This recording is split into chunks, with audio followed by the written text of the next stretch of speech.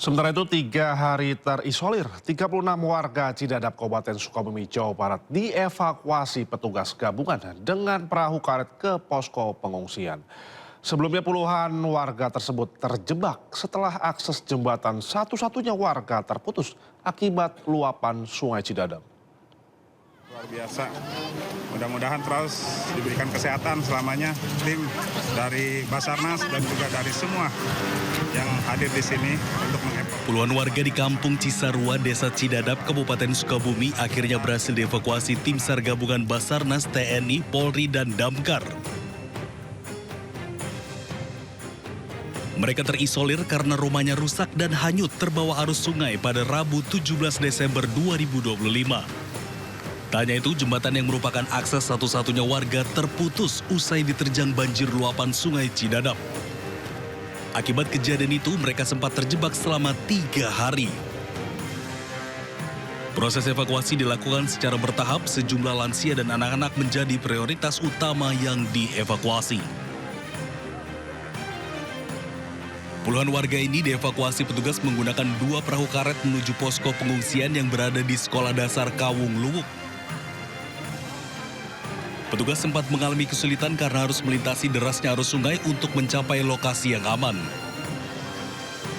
Kami telah berhasil mengevakuasi kurang lebih 36 jiwa yang sebelumnya terisolir dan sudah kita evakuasi ke tempat yang aman.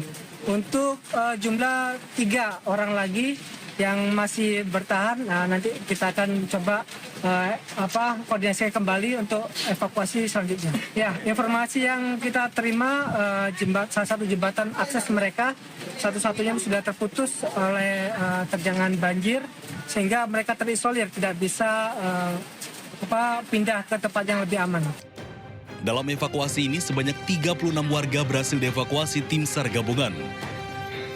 Petugas masih terus melakukan pemantauan situasi di lapangan dan menghimbau kepada masyarakat untuk tetap waspada terhadap potensi cuaca ekstrim yang terjadi akhir-akhir ini. Dari Sukabumi, Jawa Barat, Budi Setiawan, iNews melaporkan. Banjir bandang akibat sungai meluap dan hujan deras juga menggenangi pemukiman warga di Desa Lamahala dan Desa Terong, Kabupaten Flores Timur, Nusa Tenggara Timur.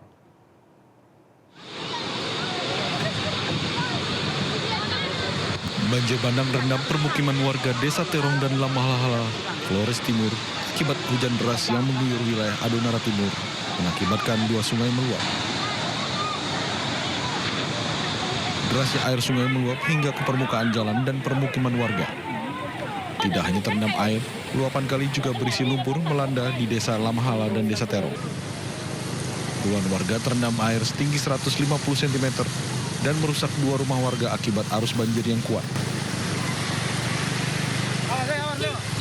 Penanganan darurat misalnya pelebaran kali, normalisasi jalur kali supaya banjir tidak lagi meluap ke pemukiman warga.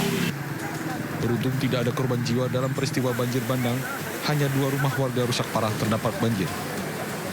Dari Flores Timur, Nusa Tenggara Timur, Joni Nura, iNews melaporkan.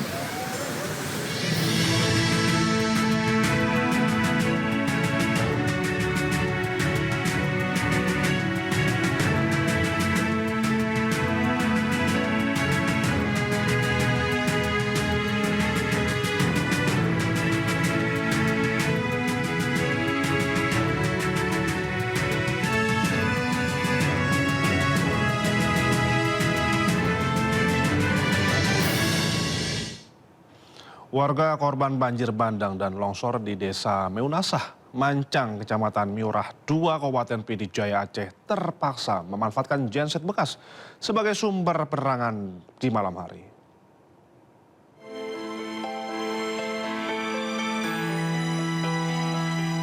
Banjir bandang dan longsor di Aceh telah merenggut aliran listrik. Setiap malam warga dipaksa melalui gelap dan keterbatasan. Namun warga tak pernah menyerah. Dengan alat seadanya dan keterampilan terbatas, genset bekas milik desa yang telah rusak dibongkar untuk kembali dirakit dan menjadi satu-satunya sumber penerangan di malam hari.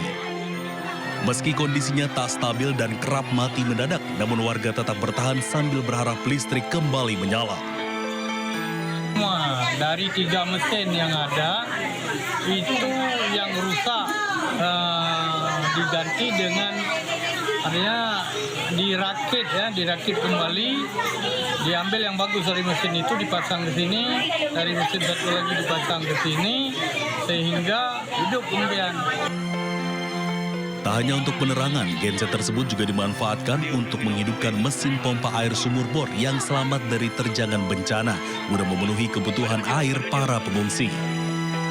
Dari Pidijaya Aceh, Jamal Pangwa, iNews melaporkan. Sementara itu viral di media sosial kisah pilu seorang korban disabilitas korban banjir di Aceh Tamiang, Aceh, kehilangan rumah dan harta bendanya. Berhasil menyelamatkan diri dari bencana, korban kini harus berjuang lebih keras untuk tetap hidup di tengah keterbatasan.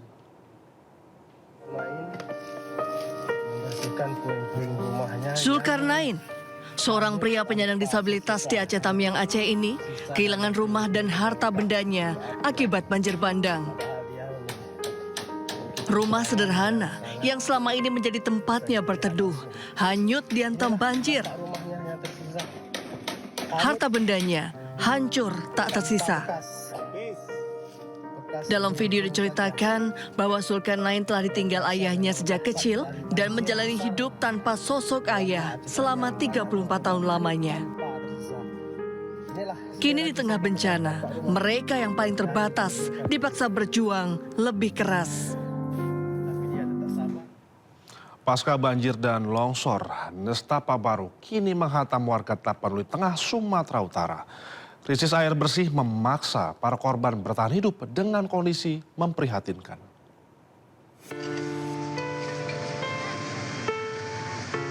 Di tengah puing-puing sisa bencana, warga Hutana Bolon, Tuka, Tapanuli Tengah kini dihadapkan pada kelangkaan air bersih yang ekstrim. Untuk sekedar mencuci pakaian, warga terpaksa menggunakan air kubangan yang keruh bercampur lumpur. Pemandangan ini seolah menunjukkan betapa berharganya setetes air bersih di lokasi ini. Karena untuk bisa menikmati air bersih, warga harus menempuh perjalanan berkilo-kilometer ke desa lain yang tidak terdampak. Di saat yang sama, warga juga mengaku ketakutan dengan banjir susulan karena alat berat yang diterjunkan untuk penanganan di Sungai Aek Godang hanya satu.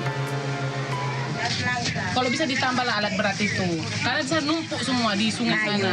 Artinya jadi, biar cepat kembali normal kayak. Karena kalau nanti datang hujan atau itu pasti banjir lagi. Oh, gitu. Hingga kini, kondisi hutan desa Hutana Bolon, Tuka masih terlihat porak-poranda. Material batu dan kayu berukuran besar masih berserakan di mana-mana, seolah menjadi saksi bisu betapa dahsyatnya terjangan banjir dan longsor yang terjadi saat itu. Dari Tapanuli Tengah, Sumatera Utara, Sukriyadi, iNews melaporkan. Ekstrimnya medan yang dihadapi tim medis Gayo Luis berhasil jangkau daerah terisolir di Kecamatan Pining. Miris saat petugas datang, warga dilanda kelaparan karena tak ada bantuan makanan yang masuk pasca banjir bandang.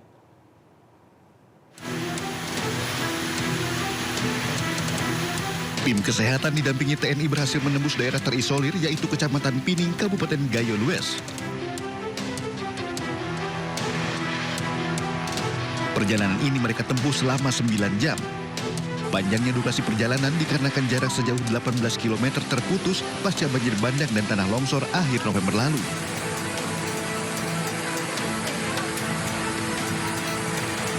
Setibanya di lokasi, tenda pengungsian berdiri seadanya dan terpal lusuh menjadi atap perlindungan warga dari hujan dan dinginnya pegunungan.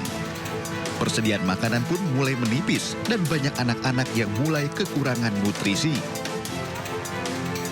Ini keadaan masyarakat di sana sangat menyedihkan. Mungkin sudah mulai ada anak-anak yang mulai kekurangan gizi karena dampak dari penjatahan logistik, penjatahan makanan, penjatahan beras yang tidak semua bisa mendapatkan seperti kita di daerah-daerah yang tidak terisolir. Jadi tujuan kami sebenarnya adalah medis, tapi ternyata dalam perjalanan kita menemukan masalah-masalah kemanusiaan akibat terisolasinya masyarakat di sana. Hingga kini Kecamatan Pinang masih membutuhkan perhatian serius. Selain layanan kesehatan berkelanjutan, pasokan logistik dan akses menjadi kebutuhan mendesak agar krisis kemanusiaan di Pining tidak semakin memburuk. Dari Kabupaten Gayo Luas, Aceh, Dosaino Ariga, iNews melaporkan.